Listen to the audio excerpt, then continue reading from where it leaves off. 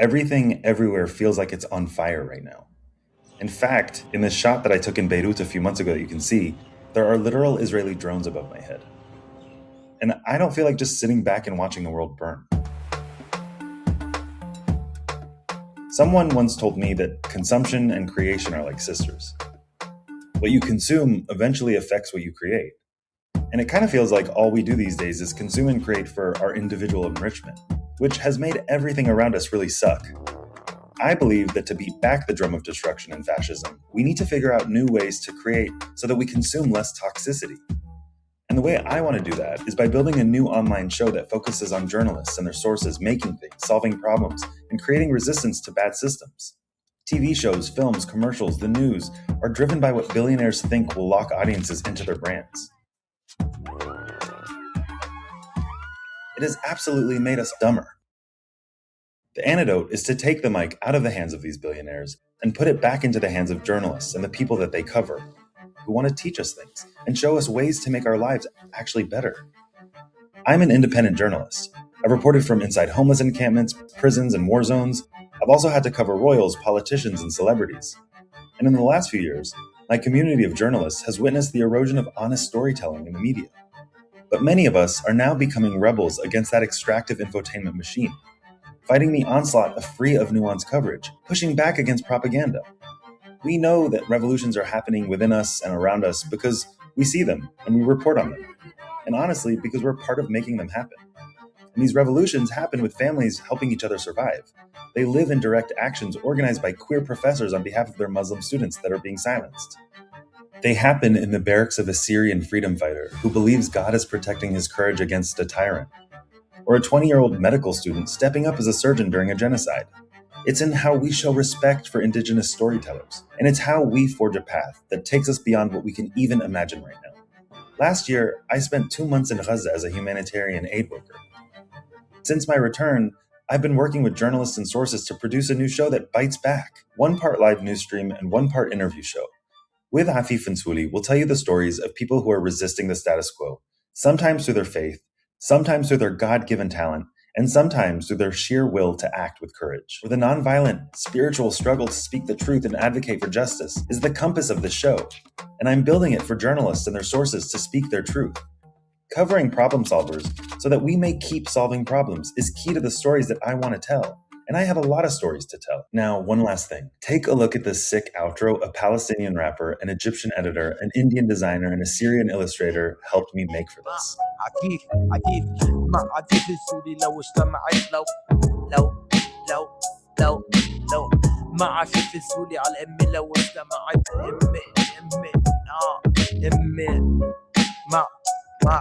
مع عفيف زولي على الأمة لو اجتمعت الأمة يابا عفيف عفيف.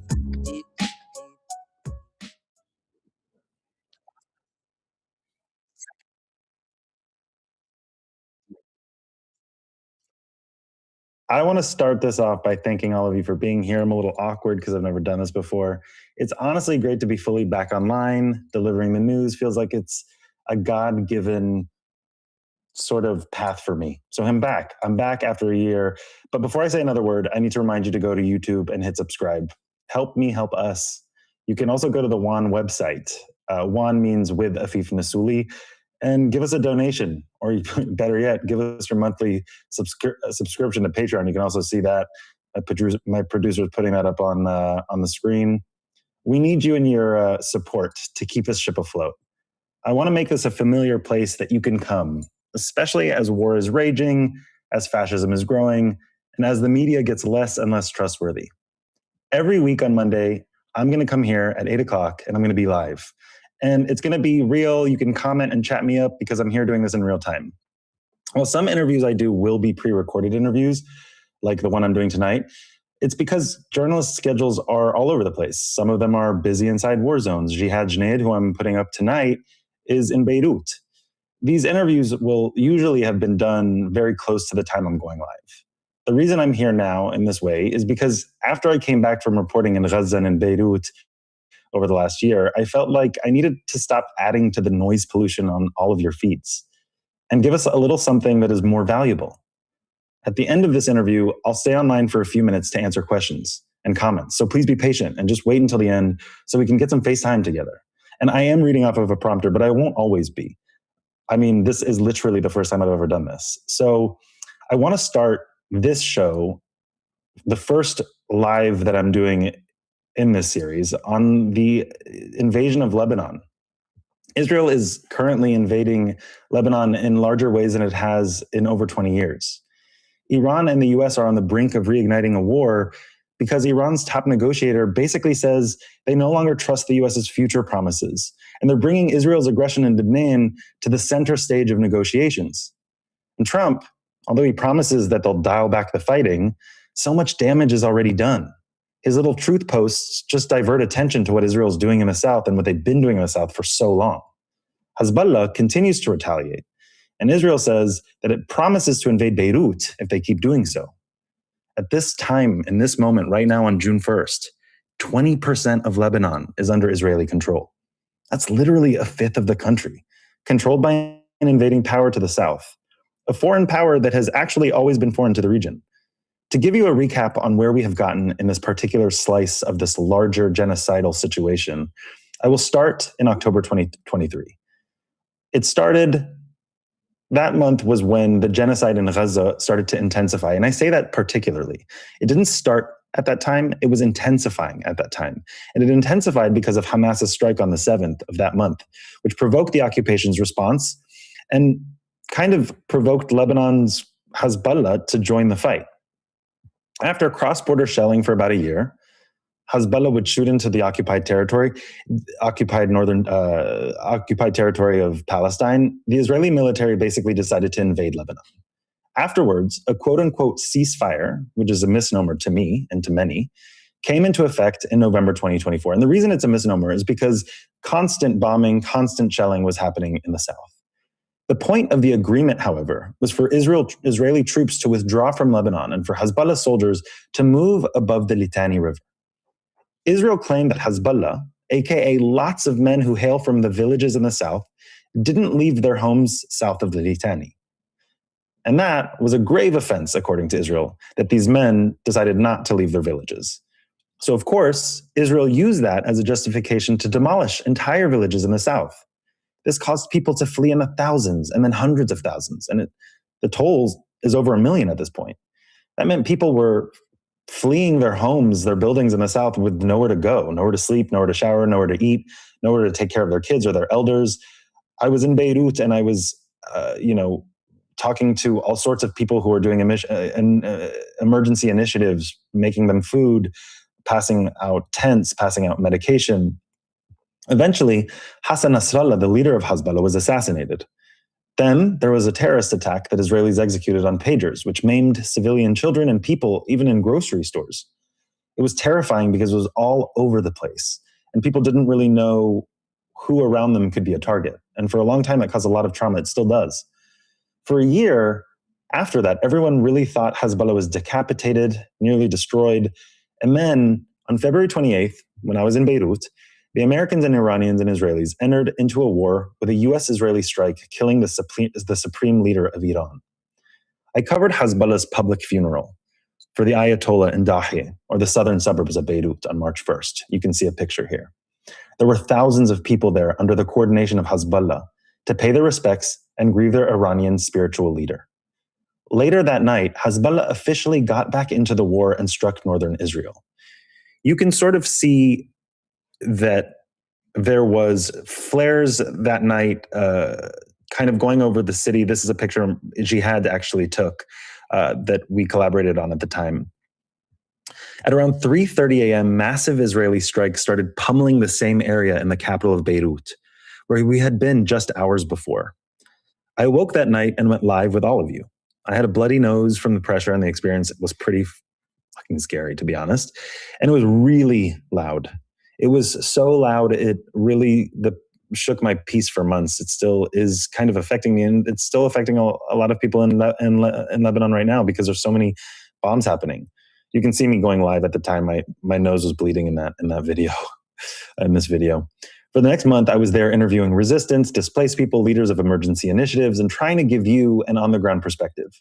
By April, Israel established a yellow line and deceptively called the area they occupied a security zone that was about 10 kilometers deep into Lebanon.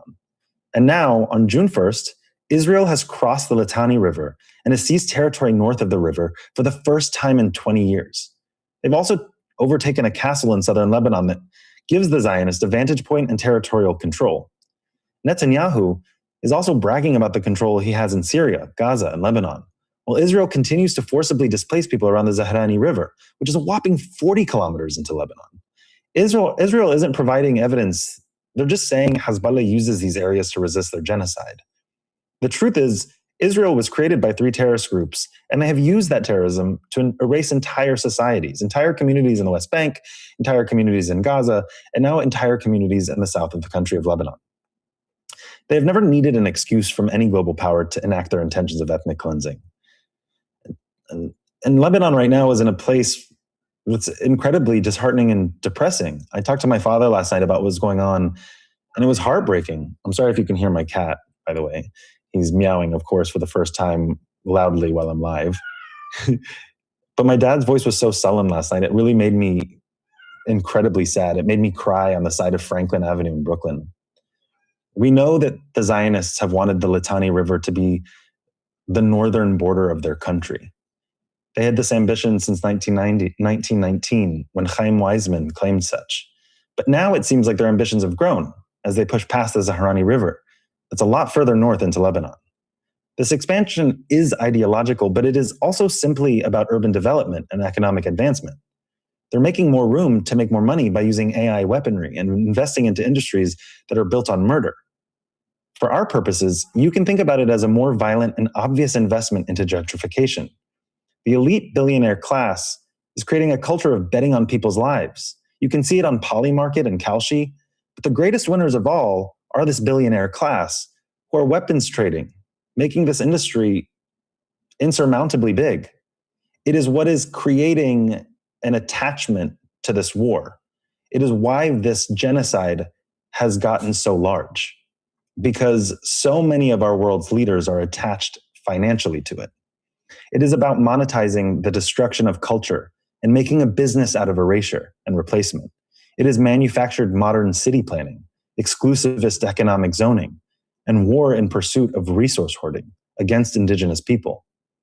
And we can all get lost in trying to clarify supremacy and racism, which are absolutely the foundations of these invasions and this larger genocide. But to peel back the layer of semantics to tell you why is more important to me. In Gaza and in southern Lebanon, this supremacy materially looks like the Israeli military pushing further and further into territory, displacing and taking over people's homes, clearing out the area and building anew. This is how they have tried and nearly succeeded at making Palestine Israel over an 80-year period. They're creating military roads over old family homes, building structures of concrete that are permanent, and going into homes and making bases and mockeries out of people's kitchens and living rooms and bedrooms, while showing off women's lingerie to brag about their actions on TikTok. All of this points to the intent to commit erasure and replacement. But no one really seems to care that they are war criminals. No one's stopping them. And so they can establish any justification to expand. And right now, like I said, over 1 million people are displaced in Lebanon.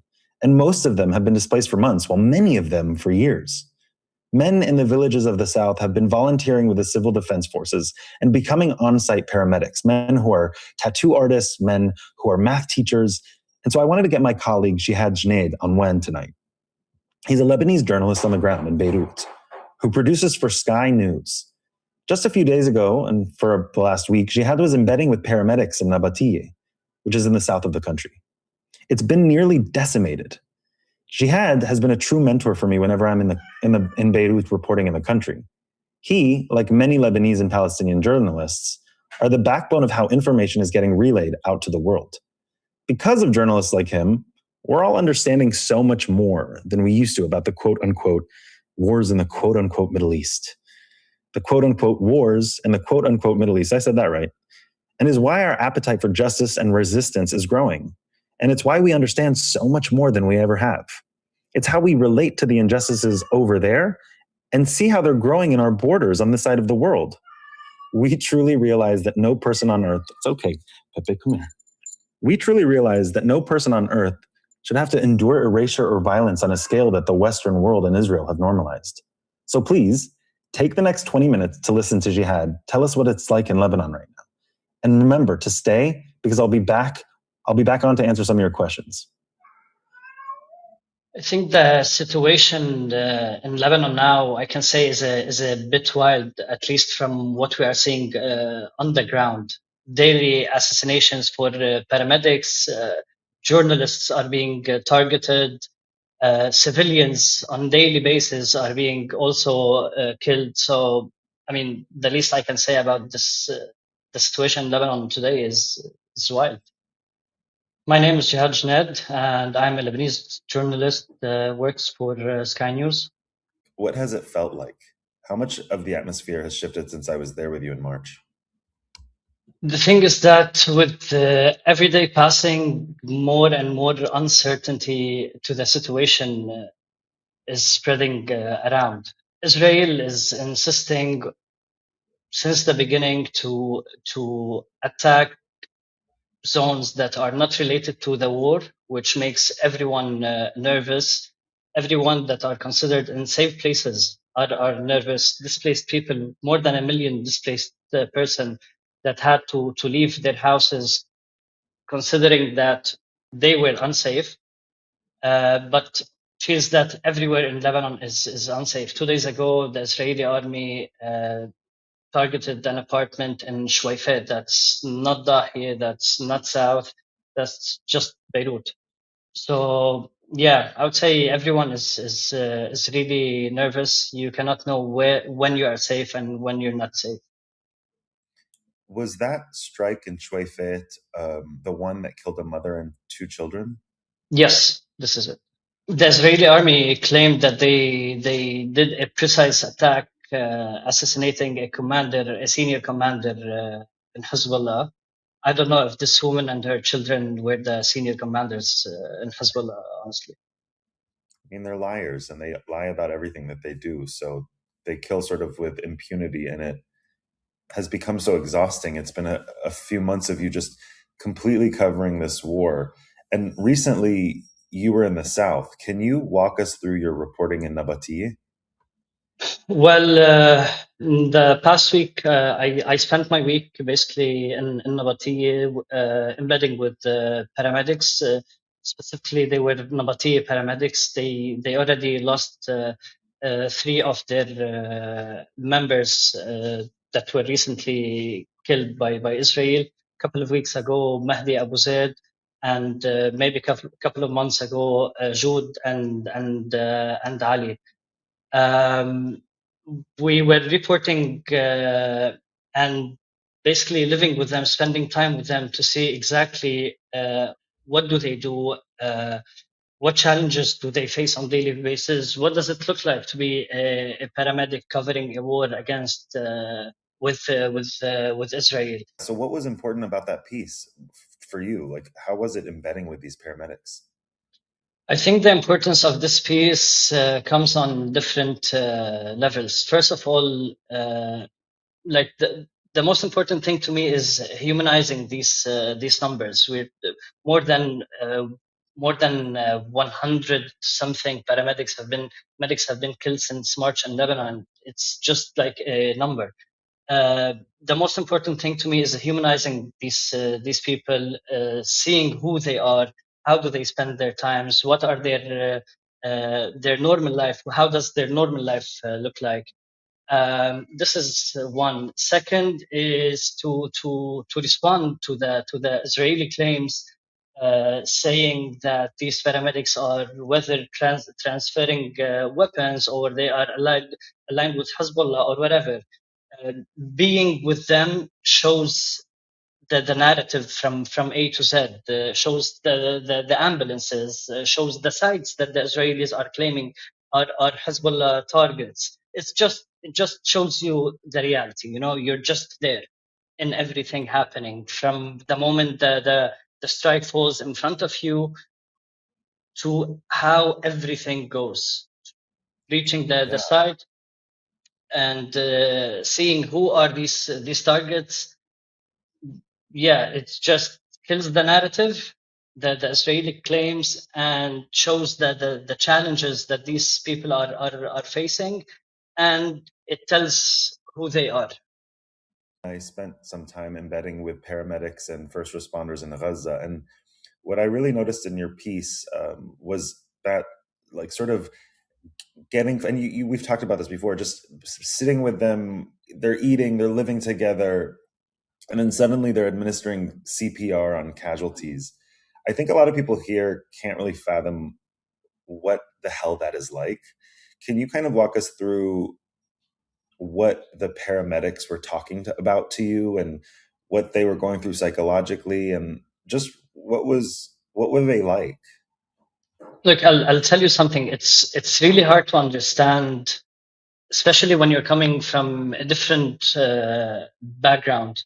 It's really hard to understand, and I don't mean background, from a different context. It's really hard to understand why do these guys still do this. I mean, simply, these are their villages. What's being targeted is their houses, their villages, their neighborhoods, their memories, their neighbors, families, relatives. So it, they are part of these communities that are being destroyed in front of their eyes. So this is, I think, this is the major part. Even if they don't talk about it, but I was a paramedic myself for more than 10 years, and I know how does it feel. This is one. Two, the fact that they have brothers, or let's say comrades, that died in front of their eyes. It's like, to them it's just like a duty. Like, if we had the chance to leave before, now for our comrades who died, we're not going to leave anymore. So it's their life now. Like, we met a paramedic in Nabati ambulances. He's a math teacher. Okay, and the guy literally is on his laptop, giving his classes online to his students in the center. And the moment he finishes his classes, he slaps the laptop right away to the ambulance. And this is his life now, from the ambulance to the laptop to his classes, and vice versa. They are all, there's a tattoo artist, there's an engineer, there's an IT, photographers, and now they are just taken apart from their teams, from their communities, and dealing with this. They're just regular guys that have different jobs, and now they're suddenly on the front lines. One thing that I think is really awful that we don't talk enough about are the double taps that happen. The ways that Israel will sort of strike and then strike again, making these paramedics a target themselves. Have there been has that happened recently? And how do you manage the logistics of, like, embedding with them? Like, how dangerous is that? So yeah, it's happening. Like, I don't want to say on daily basis, but on regular basis, it's happening. Last week, paramedic and photojournalist Ahmed Hariri was killed in a triple tap. Actually, he was in the team rescuing two civilians that were targeted by a drone. When the first ambulance came, they targeted the ambulance, and when the second ambulance came, Ahmed was there, and they just targeted Ahmed on the spot with his colleagues, for sure. The thing is that this is not the only example. We have many examples that are documented. The only weapon that these paramedics have and healthcare workers have today is their GoPros. They literally mount GoPros on them wherever they go. And it's just to prove that they were killed in this way. So, and this is their only weapon at the moment, and it's just happening every day. Uh, like maybe a month ago, 5 taps on rescue workers, first team after the other. The first team came from Islamic Health Association, arrived to the site. They got targeted. Al-Risala ambulances came afterwards to rescue Islamic Health Association. They got targeted, and then Nabati ambulances came, they also got targeted. And then Al Najdi ambulances came, and imagine like a rescue team after the other coming to rescue each other. It's just like there's nothing that can describe what these guys are passing through. Also, Israel has been striking the southern suburbs of Beirut. When I was in Tayoun in March, they were striking Dahi nearly every day, but it's been about 3 weeks since they did it last. What does it mean to you that they're back to hitting Beirut? How do you kind of square away this escalation? What's going through your head? I think it's just like a tool that they use. The thing is that people now are very used to the idea of being displaced and having to leave under pressure. People really cope to this situation, having to go back and forth to their houses all the time, all the time, all the time. Like traveling between wherever they're displaced from in Beirut back to the southern suburbs and then back and then back. And it's kind of like a dangerous risk every time. I remember interviewing people in tents. They don't want to be in tents. They don't want to be on the side of the streets. They don't want to be in shelters and schools. They want to go back home. And then suddenly it's always just a risk. That's what you mean? The thing is that the Israelis are like insisting on punishing everyone. You know, it's kind of like a social punishment, let's say. Collective punishment. It's a collective punishment. Whether the communities that are from south, or the communities that are from Dahi, or to the communities that they got displaced to, or the communities that are not concerned about the entire thing. They just want everyone to pay the bill, and we know how the Israelis does this.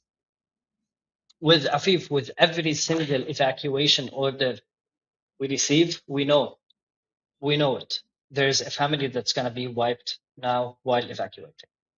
Yesterday, it happened. In Bekaa, 2 days ago, it happened. There's a family that's being wiped out every single time there's an evacuation order while evacuating. You know what I mean? This is just like how they used to distribute aid to Gazans. You know, they wait for them to come and they just kill them. It's just similar mentality, different context, just the same brain.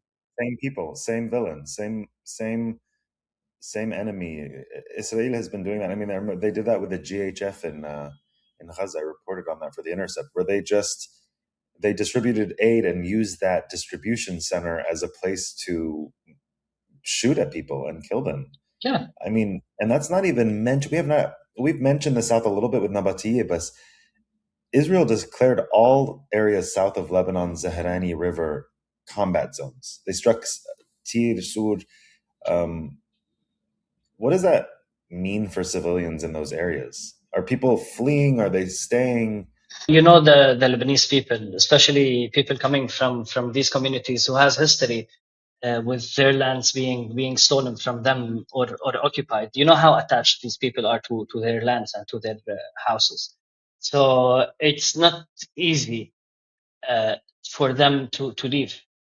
Until the situation is really dangerous, you will still find people. You know, like in Nabati last week, when we're still at the moment that literally Nabati was being like massively bombed, missiles falling on Nabati all the time, there were still civilians that didn't leave. They tell you like, hey, I don't want to leave. This is my land. This is my house. I have nothing in my house, and it's my right to stay here. And I'm not gonna leave. I don't want to stay in a tent. I don't want to stay in a school. I want to stay in my land. That's it. You know, but unfortunately, the bill to this is being killed by Israel. under the excuse of being the only army that give evacuation orders. More than 1 million people have been displaced for so long now. A big part of them have been displaced for 3 years now, since October 2023. These people are on the go all the time. They have their belongings ready with them all the time, even when they are back to their own houses, because they know that they will have to leave at some point. We're talking about communities, and as any community, there are children, kids, elders, sick people.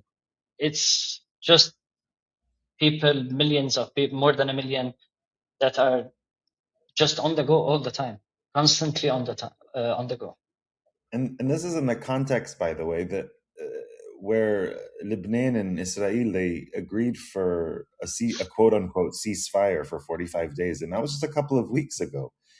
So, I mean, we know that ceasefires are like in name only. They are actually times when it feels like it's more dangerous than when it's wartime, because there's some semblance of safety, and then there is no safety. What do people say about ceasefires? Like, what's the history of this? Can you give us just like context? Look, for sure, people don't trust Israel and don't trust ceasefire agreements and with Israel, because simply Israel do not respect their own agreements and their deals. This is one. On the other side, whoever was hopeful with the government or with diplomacy or with time also now is with less hope. So I think people are just stuck in the middle between two sides, that one side is not able to do anything, and the other side is just do not respect any kind of agreements or deals they do. So just people are literally lost in the middle and has trust with no one. Yeah, and now there's new talks. They happened this week, but as they were happening, like you said, Israel struck Shuaifet. What do you think Yeah, about, I mean, like, what? not only is Israel struck Shuaifat, sorry to cut you off here, but No, also please. at the same time, the Israeli prime minister was doing like a speech from the Lebanese borders at the Right. same time. So like this shows you what kind of mentality or what real intuitions they have towards these agreements or talks that they are doing. Yeah, they've been trying to make Lebanon, the Litani, the northern border of Israel, since before Israel was even established. So I think that it's really, you're talking about a farcical negotiation when you have a group of supremacists who very clearly say, like, half of the South is theirs, actually.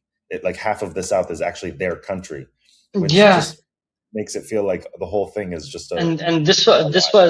this was an agreement that was part of a deal that was done a couple of months ago, talking about the so-called yellow line, and Mhm. now we're somewhere else. We started from 5 points. We jumped into 15% of the country being chopped, and this is from one side. Another side, they talk about they want the Lebanese army to take control and to make this zone clear of from Hezbollah. Why are they killing Lebanese army soldiers then? Today we have 3 soldiers killed by Israel drone attack. That's Couple of weeks insane. ago in Nabatea also, the base of the national security was targeted itself. 13 members of the national security were killed. Checkpoints in March, most of the Lebanese army checkpoints in south have been directly targeted by Israel. So And just to what? remind people who are listening, Israel and Lebanon are not at war. It's Lebanon and it's Israel who is claiming to be at war with Hezbollah. Of course, they're at war with civilians. They're at war with the soldiers. They're at war with everybody. But just to contextualize this for people listening, hitting soldiers, checkpoints, hitting these types of things are not within the scope of what Israel is trying to do. Israel has been trying to decapitate Hezbollah, and those are two different kinds of groups. Hezbollah is one group that is a non-state actor, and these soldiers are representing the Lebanese government, who are in negotiations with Israel and have ostensibly not been at war with Israel at all. Just sorry, I wanted to say that just to sort of make people who are listening who don't know about the inner and outer details of Lebanon more clear. But speaking about Hezbollah, then their military, the idea is that their military capacity has been severely degraded over the last year. But in some research, there has been whispers that they've been underground recalibrating, reorganizing, and then also while I was there, it felt like Hezbollah's support was it was cratering, it was low, and then April 8th happened with those multiple attacks all over the country, where I even lost a friend's parents were killed on my street. And it felt like after that, people started looking at Hezbollah again with softness or sympathy or hope. What role is Hezbollah actually playing in this current escalation? How do people feel about them right now?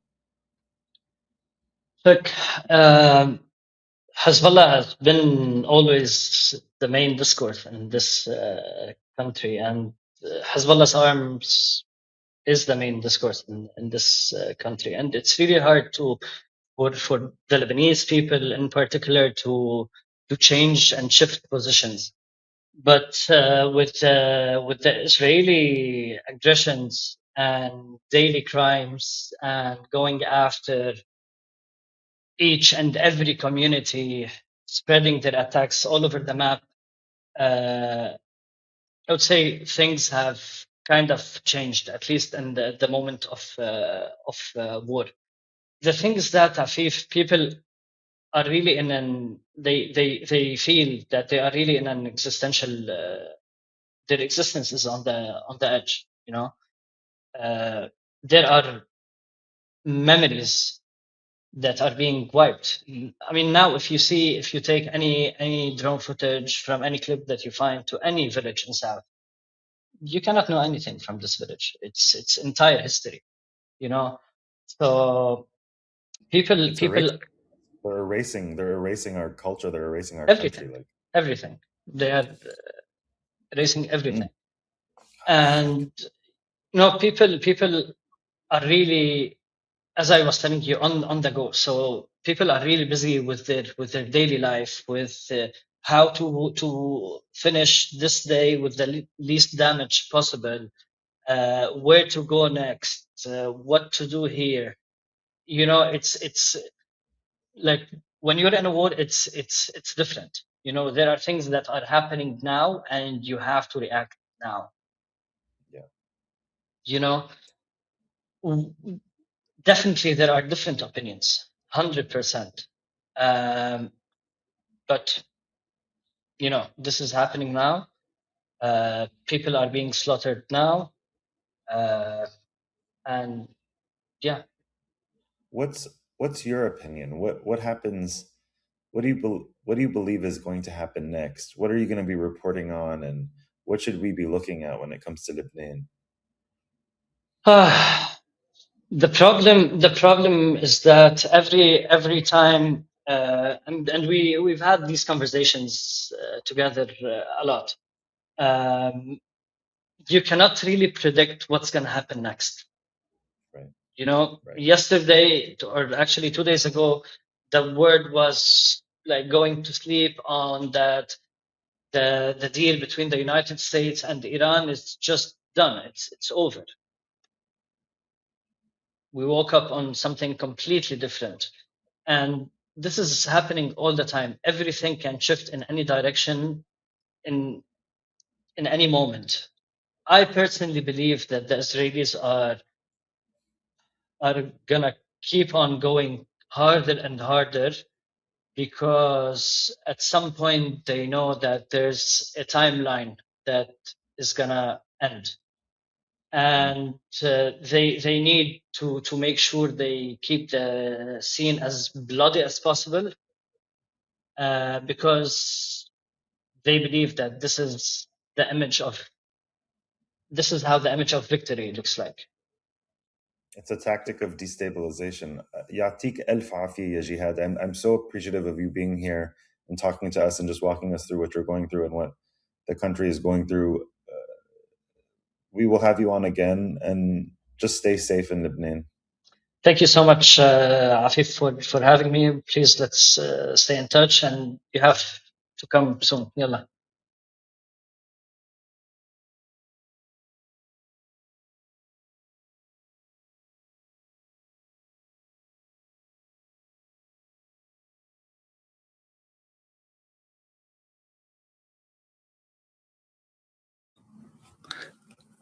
All right, you guys can see me now. I'm back.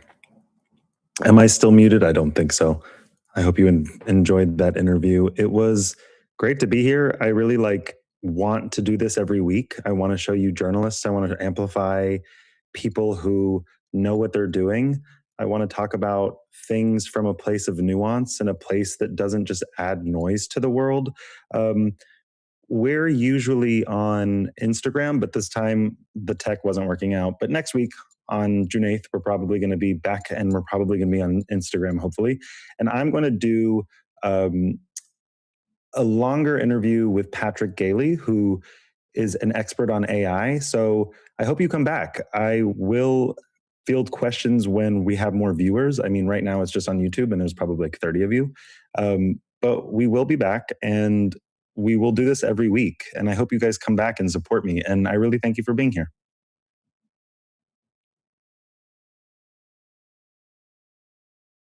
مع في سولي على الام لو اجتمعوا الام